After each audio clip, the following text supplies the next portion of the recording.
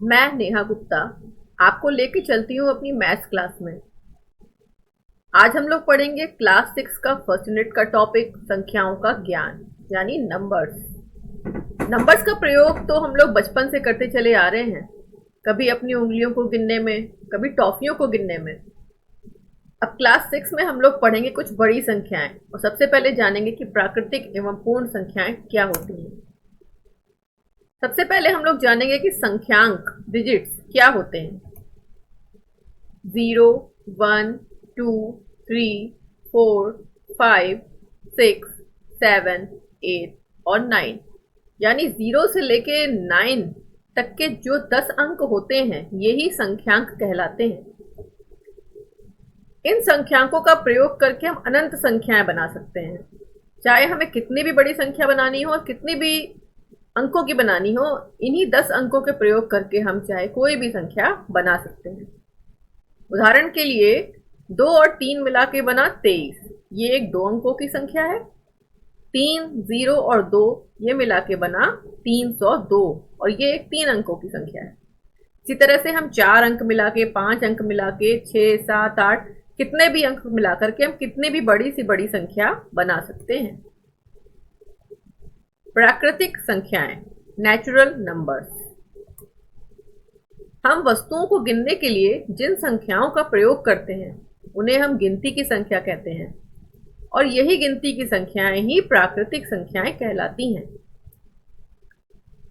प्राकृतिक संख्याएं 1 से लेकर अनंत तक होती हैं। जैसे हम गिनती के लिए शुरू करते हैं तो 1 से ही शुरू करते हैं और 1 से शुरू करके हम कहाँ खत्म करते हैं, ये कभी खत्म नहीं होती, क्योंकि जैसे ही हम उसमें 1 जोड़ देंगे हमें अगली संख्या मिल जाएगी। इस तरह संख्याएं चलती रहती हैं।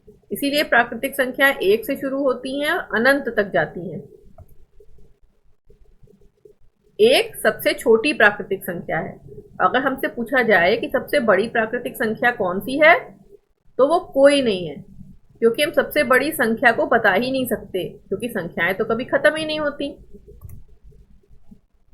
पूर्ण संख्याएं होल नंबर्स। 0 से लेके अनंत तक की जो संख्याएं होती हैं वे पूर्ण संख्याएं कहलाती हैं। प्राकृतिक संख्याओं में हमने शुरुआत 1 से की थी, फिर 0 कहाँ जाएगा?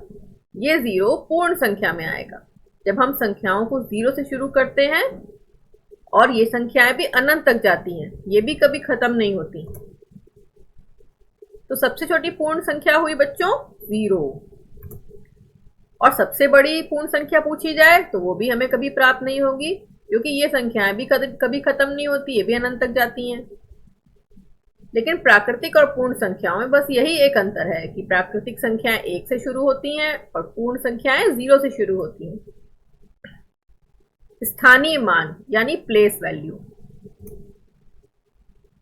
किसी संख्या में प्रत्येक अंक का एक अलग स्थान होता है और उसी के अनुसार उस अंक का स्थानीय मान भी होता है।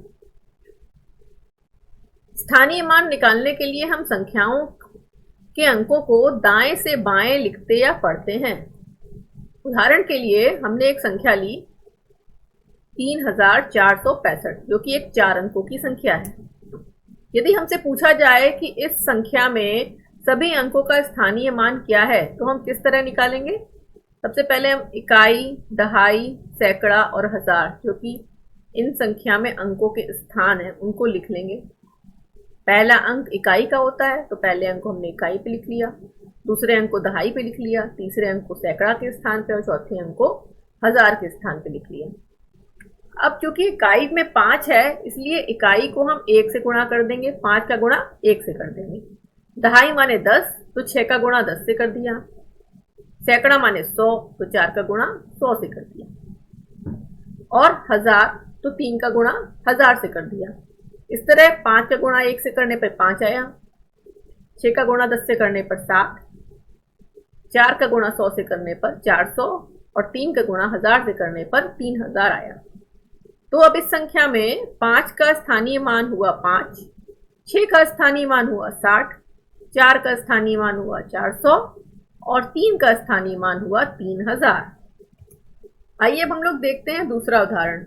इसमें हमने एक बड़ी संख्या ली है जिसको हम पढ़ेंगे 2,73,465। ये एक 6 अंकों की संख्या है। सबसे पहले हम इसके स्थान लिख लेंगे, इकाई, दहाई, सैकड़ा, हजार, 10,000, लाख। क्योंकि ये संख्या लाख तक है इसलिए हमने लाख तक के स्थान लिखे। अब इकाई वाले अंक को इकाई के स्थान पे लिख दिया, दहाई वाले अंक को दहाई के स्थान पे लिख दिया। इसी तरह से क्रम में हम चलते जाएंगे, सैकड़ा, हजार, 10,000 और लाख के स्थान पर क्रमानुसार अंकों को लिख देंगे। अब इकाई वाला जो अंक है 5, उसमें 1 से गुणा कर देंगे। दहाई वाले अंक 6 में 10 से गुणा कर दिया।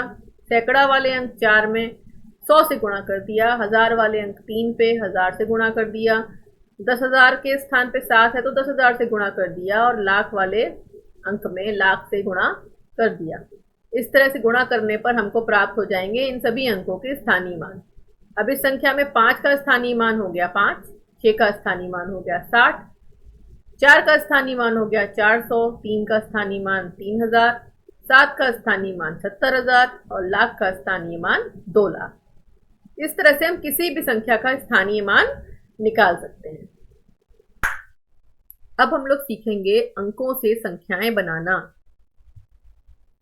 अगर हमसे पूछा जाए कि एक अंक की सबसे छोटी संख्या कौन सी है, क्योंकि हमारी संख्याएं 1 से ही शुरू होती हैं, इसीलिए एक अंक की सबसे छोटी संख्या हुई 1। और एक अंक की सबसे बड़ी संख्या बच्चों क्या हुई? क्योंकि 9 के बाद तो 2 अंक शुरू हो जाते हैं, इसीलिए एक अंक की सबसे बड़ी संख्या हुई 9। और 2 अंकों की शुरुआत कहां से होती है? 10 से, इसीलिए 2 अंकों की सबसे छोटी संख्या हुई 10।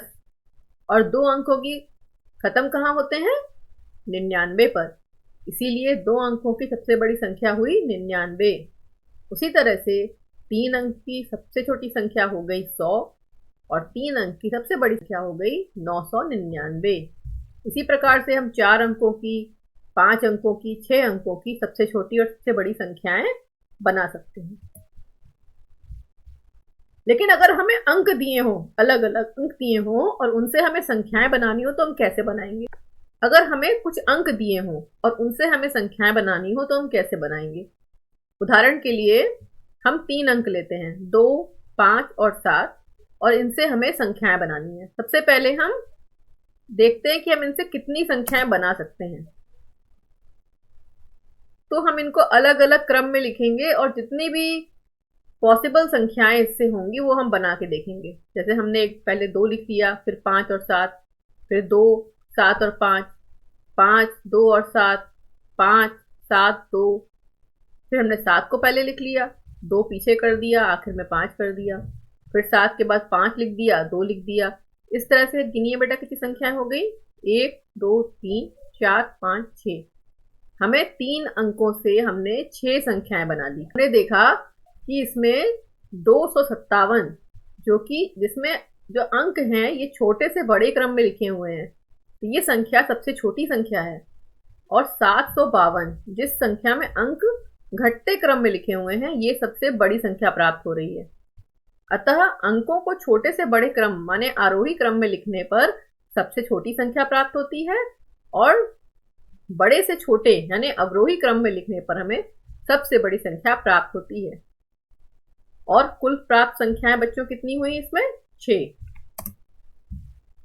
इसी तरह से हम एक और उदाहरण लेंगे जिसमें कि 0 है, 5 और 7 है। इससे भी हम संख्याएं बना के देखते हैं कि इससे कितनी संख्याएं बन सकती हैं। हमने अलग अलग कॉम्बिनेशन में संख्याएं बनाई और 6 संख्याएं इसमें भी बन गई, क्योंकि 3 अंक है तो इसमें भी 6 संख्याएं बन गई। लेकिन आप पहले तो संख्याओं को देखिए जिसमें 0 पहले लिखा हुआ है।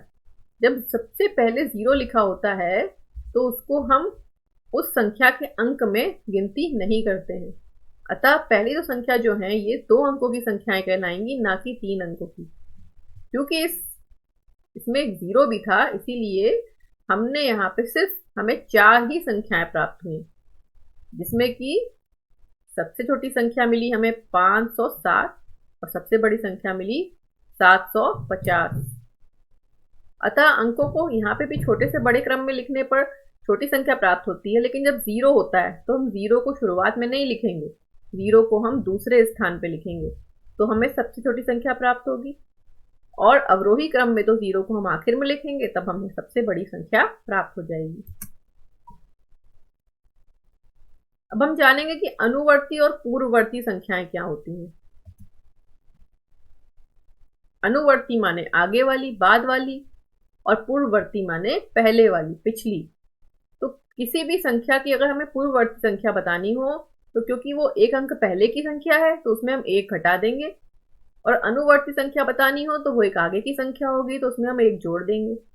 उदाहरण के लिए अगर 10 है तो 10 में हमने जब एक घटाया तो 10 की पहले की संख्या 9 आ गई, अतः 10 की पूर्ववर्ती संख्या हुई 9, और 10 की अनुवर्ती संख्या हुई 10 में एक जोड़ने पर 11। उसी तरह 25 की पूर्ववर्ती संख्या हो गई 25 में एक घटाने पर 24, और 25 की अनुवर्ती संख्या हुई 25 में एक जोड़ने पर 26। इसी तरह से हम चाहे कोई भी संख्या हो, जब एक घटा देंगे तो पूर्ववर्ती संख्या आ जाएगी और एक जोड़ देंगे तो अनुवर्ती संख्या आ जाएगी। इस तरह से हमने संख्याओं का ज्ञान का चैप्टर खत्म किया। अब हम आपको अगला चैप्टर पढ़ाएंगे जिसका नाम है संख्याओं के संक्रियाओं के गुण।